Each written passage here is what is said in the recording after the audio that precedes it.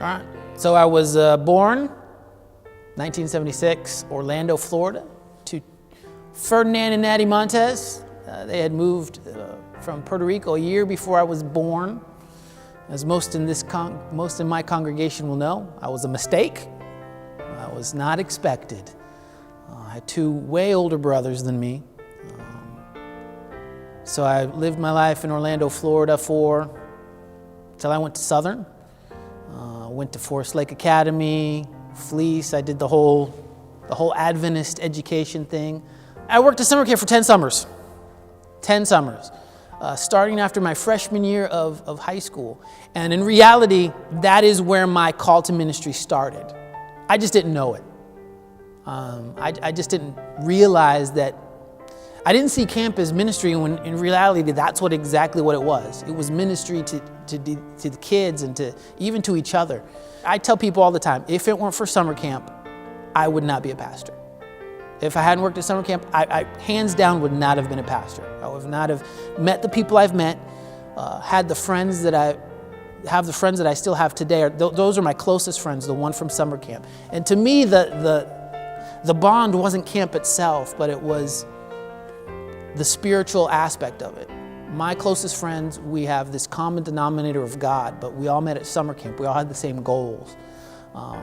Pastor Fred Fuller played an immense part in my call to ministry. I just didn't know it at the time, but I remember hanging out with Pastor Fred, and he was, a pastor, but he was so down to earth. He had so much love for the people he worked with, for the kids.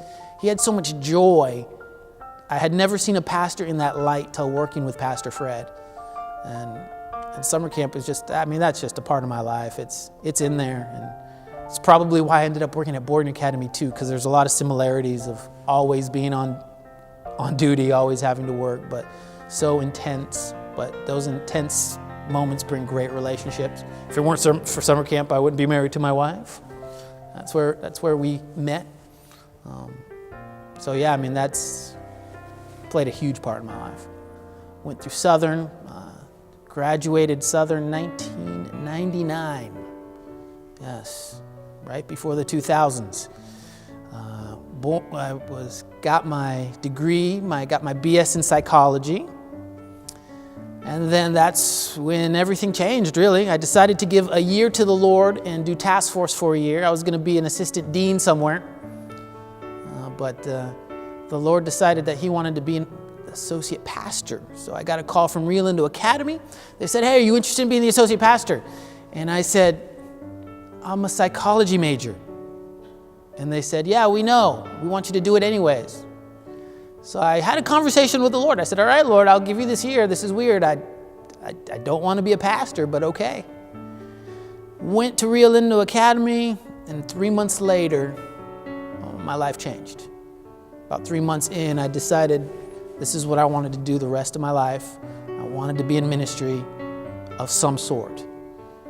And I guess that 1 year has turned into 15 now. And that's kind of the way the Lord worked through me. I remember my mom asking me several times, "You want to be a pastor? Do you want to be a pastor?" And I said, no.